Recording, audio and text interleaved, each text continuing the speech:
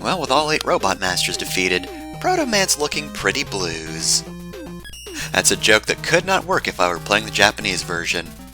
Alright, Blues is looking pretty Proto Man, much like his fortress, which just looks kind of ridiculous. I'm sure we had no trouble finding the place. That being said, I really like this as an intro. Proto Man Castle's actually, I would say, overall pretty good. I don't know if I would say it's my series' favorite castle. It's probably somewhere in the running. There's 11 main series games. It's pretty easy to make a top 10 and include most of the games on it. But that being said, first things first, the music is really good. Second thing to note, I did show off Beat back there, but like for one enemy.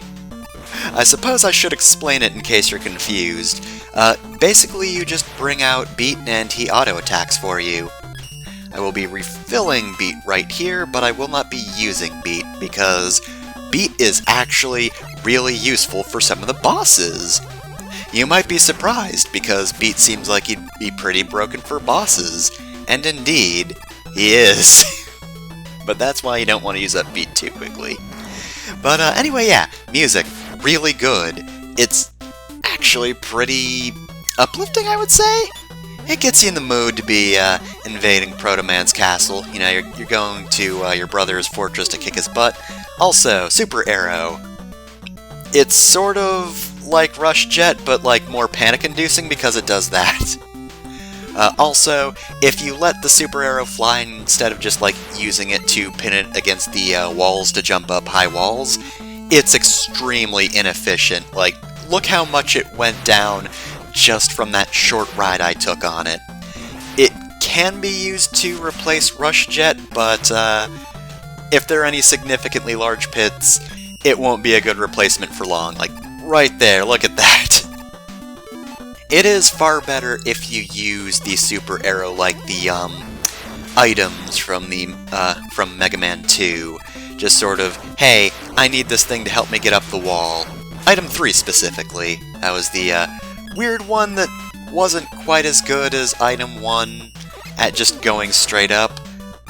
But like, even if it's not as good, it helped you save energy for Item 1, which is, I think, mainly where Super Arrow comes in useful, because again, it's super inefficient for attacking unless you're close ranged, which there are better close range options in pretty much any circumstance, and hoo boy, not liking the respawn rate there. Oh, and I haven't even talked about the aesthetic. I love it. This is not quite the scene I would assume for a final castle, but I think it's a pretty palette.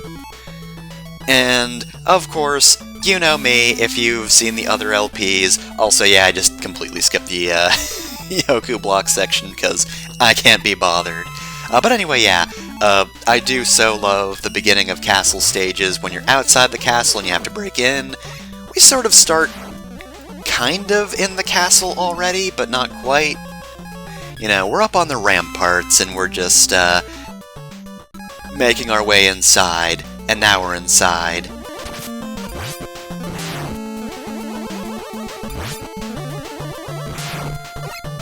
I will say, not a bad inside look either, though I kind of prefer being outside, just seeing the background of the castle and sort of the purple sky's nice. Anyway, here's Darkman 1. Huh, that's weird. Why is it called Darkman 1? Anyway, main gimmick is that every time you hit Darkman, he gets faster. This attack works well against him because it can't actually erase his shots. He will automatically react every time he gets hit by firing and then moving faster, but every once in a while he does stop on his own power and shoot as well. I'm also going to save a bit of time for every boss encounter and say that most of the gimmicks of the fights in Proto Man's castle do involve the enemy getting faster every time they're hits. But enough about that, here's this level. Again, great music. Also, M-Tank, definitely want that. But yeah, I'm not quite as fond of this tile set. I think it's kinda dull. It's just sort of here.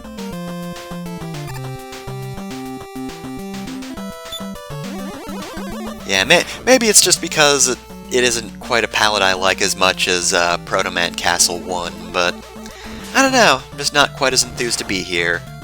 But at least the music's still here. This is a really good song. Like, after complaining for most of the game that a lot of the music is forgettable, I just, like, rewatched this part, you know, to refamiliarize myself with it, and just instantly recognize this song. Like, this is a good song, it's memorable, it's catchy, it really gets you in the mood, again, to go kick your brother's butt. Really should be what the song is called. Theme of Brother Beatdown. It's not quite fratricide. We probably won't kill Proto Man, that'd be a bit serious. So it's not a theme of fratricide, but there is going to be a lot of brother-based pain involved.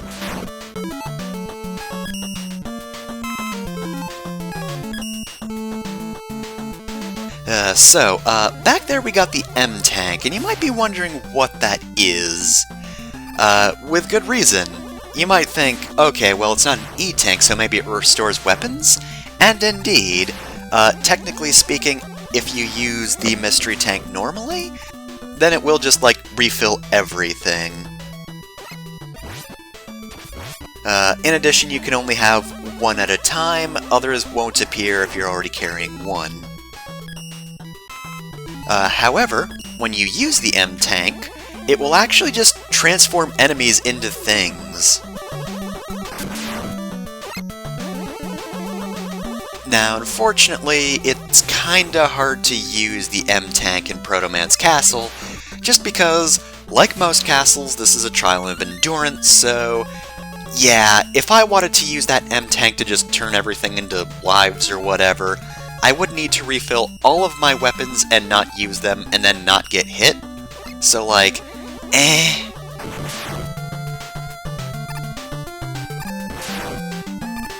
So yeah, it's a hard extra effect to do. To be fair, it can be found in other stages, though, not just the final stages. So if you want, before you tackle this stage, you can actually go into a stage with a lot of enemies, use the M-Tank when you're full on everything, and just grind for lives. But yeah, I do think it's actually pretty neat that they give the M-Tank another use.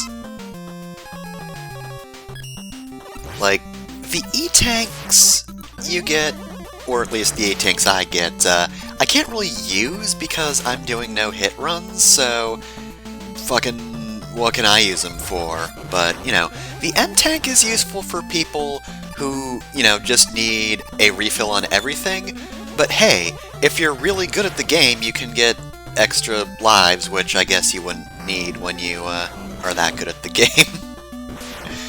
It's one of the many problems with extra lives is, like, they are some of the more common rewards for skillful play in games like Mega Man. Like, if you make the tough jumps, then you get an extra life. But if you're good enough to make that jump, how often are you really going to need the lives? I mean, I guess it is just sort of a, hey, you can risk it, so even if you're not 100% good, you give yourself an extra chance to beat something else by doing this jump, or maybe you'll just fall into a pit directly afterwards trying to get back, who knows. Anyway, here's Darkman 2, the sequel to Darkman. I don't know why this isn't the first Darkman, because this boss is a joke. Again, gets faster when you hit him, doesn't matter. His timing is still very obvious, it's easy to get away from him, very easy to hit him, especially with Crystal Eye. So I guess since he's Darkman, this is where I should have done the whole, you know, open up my Crystal Eye because I'm Mr. Brightside joke. So I guess we're ending this episode in shame for not doing that instead.